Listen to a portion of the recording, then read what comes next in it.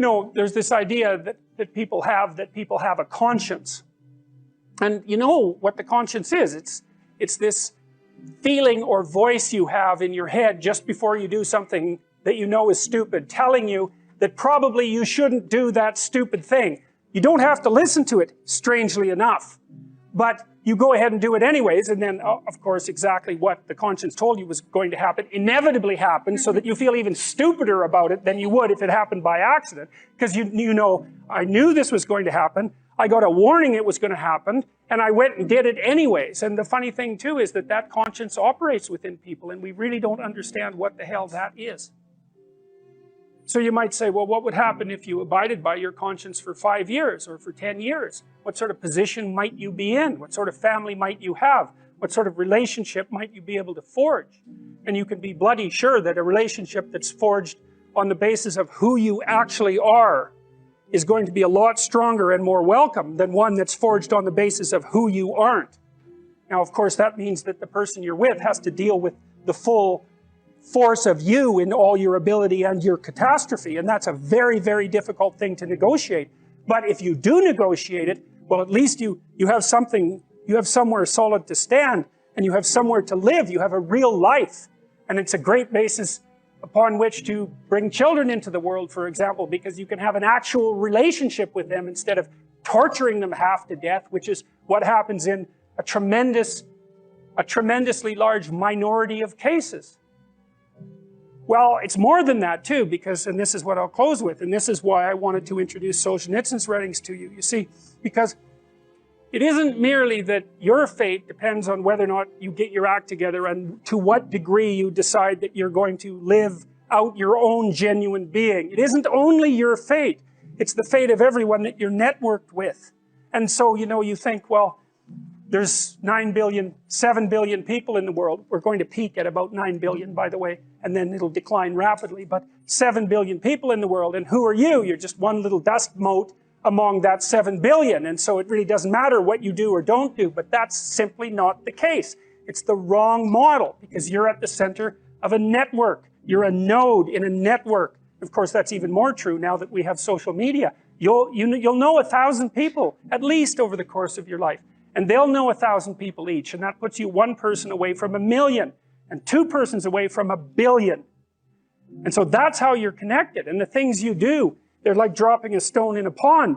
The ripples move outward, and they affect things in ways that you can't fully comprehend, and it means that the things that you do and that you don't do are far more important than you think. If you can teach people to stand up in the face of the things they're afraid of, they get stronger. And you don't know what the upper limits to that are, because you might ask yourself, like, if for 10 years, if you didn't avoid doing what you knew you needed to do, by your own definitions, right, within the value structure that you've created to the degree that you've done that, what would you be like? Well, you know, there are remarkable people who come into the world from time to time, and there are people who do find out over decades-long periods what they could be like if they were who they were, if they spoke their being forward. And they get stronger and stronger and stronger, and we don't know the limits to that. We do not know the limits to that. And so you could say, well, in part, perhaps the reason that you're suffering unbearably can be left at your feet, because you're not everything you could be, and you know it. And of course, that's a terrible thing to admit, and it's a terrible thing to consider, but there's real promise in it, right? Because it means that perhaps there's another way that you could look at the world, and another way that you could act in the world, so what it would reflect back to you would be much better than what it reflects back to you now. And so if your life isn't everything it could be, you could ask yourself, well, what would happen if you just stopped wasting the opportunities that are in front of you? You'd be, who knows how much more efficient? 10 times more efficient, 20 times more efficient. That's the Pareto distribution. You have no idea how efficient people get. It's off the charts. Well, and if we all got our act together collectively and stopped making things worse, because that's another thing people do all the time, not only do they not do what they should to make things better, they actively attempt to make things worse because they're spiteful or resentful or arrogant or deceitful or homicidal or genocidal or all of those things all bundled together in an absolutely pathological package. If people stopped really, really trying just to make things worse, we have no idea how much better they would get just because of that. So there's this weird dynamic that's part of the existential system of ideas between human vulnerability, social judgment, both of which are major causes of suffering, and the failure of individuals to adopt the responsibility that they know they should adopt. The two major problems that people face, obviously, are suffering, tragedy, and malevolence. And so that's the other thing that you're responsible for, is that you're supposed to look at the capacity for human evil as clearly as you possibly can, which is a very terrifying thing. You know, that causes post-traumatic stress disorder in people that aren't accustomed to it. And in the mythology that's associated with the encounter with evil, it's almost always the case that the entity that does the encountering, even if it does it voluntarily, is hurt by it.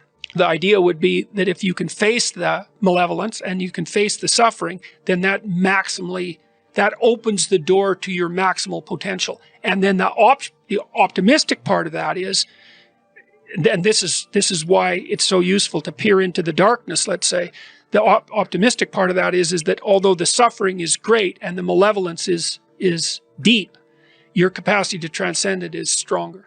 If you set out a path towards a goal, which you want to do because you need a goal and you need a path, because that provides you with positive emotion, right? So you set up something as valuable, so that implies a hierarchy. You set up something as valuable.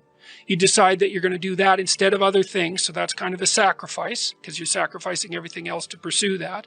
And then you experience a fair bit of positive emotion and meaning as you watch yourself move towards the goal. And so the implication of that is the better the goal, the more full and rich your experience is going to be when you pursue it. So that's one of the reasons that's one of the reasons for developing a vision and for fleshing yourself out philosophically, because you want to aim at the highest goal that you can manage. Okay, so you do that, and then what you'll find is that as you move towards the goal, there are certain things that you have to accomplish that frighten you. You know, maybe you have to learn to be a better speaker, a better writer, a better thinker, or you have to be better to people around you, or you have to learn some new skills and you're afraid of that, whatever, because it's going to stretch you if you pursue a goal, and so that'll put you up against challenges. Okay, so all the clinical data indicates, well, the opposite of safe spaces, as Jonathan Haidt has been pointing out, that what you want to do when you identify something that someone is avoiding that they need to do because they're afraid, you have them voluntarily confront it. And so you break it down. What you try to do, if you're a behavior therapist, is you break down the thing they're avoiding into smaller and smaller pieces until you find a piece that's small enough so they'll do it. And it doesn't really matter as long as they start it. You know, then they can put the next piece on and the next piece. And what happens is they don't get less afraid exactly. They get braver. It's like there's more of them. And here's why. So imagine you do something new, and that's informative, right? There's information in the action, and then you can incorporate that information and turn it into a skill and turn it into a transformation of your perceptions. So there's more to you because you've tried something new. So that's one thing. The second thing is, and there's good biological evidence for this now, that if you put yourself in a new situation, then new genes code for new proteins and build new neural structures and new nervous system structures. Same thing happens to some degree when you work out, right? Because your muscles are responding to the load, but your nervous system does that too. So you imagine that there's a lot of potential you locked in your genetic code. And then if you put yourself in a new situation, then the stress, that's the situational stress that's produced by that particular situation, unlocks those genes and then builds new parts of you. And so that's very cool, because who knows how much there is locked inside of you. Okay, so now here's the idea. So let's assume that scales as you take on heavier and heavier loads. That more and more of you get more and more informed because you're doing more and more difficult things, but more and more of you gets unlocked. And so then what that would imply is that if you got to the point where you could look at the darkest things, so that would be the abyss, right? That would be the deepest abyss. If you could look at the harshest things, like the most brutal parts of the suffering of the world and the malevolence of people and society, if you could look at that straight and directly, that would turn you on maximally. And so that's the idea of rescuing your father, because imagine that you're like the potential composite of all the ancestral wisdom that's locked inside of you biologically. But that's not going to come out at all unless you stress yourself, unless you challenge yourself. And the bigger the challenge you take on, the more that's going to turn on. And so that as you take on a broader and broader range of challenges and you push yourself harder, then more and more of what you could be turns on, and that's equivalent to transforming yourself into the ancestral father, because you're like the, what would you call it? You're the consequence of all these living beings that have come before you, and that's all part of your biological potentiality. And then if you can push yourself, then all of that clicks on, and that turns you into who you could be.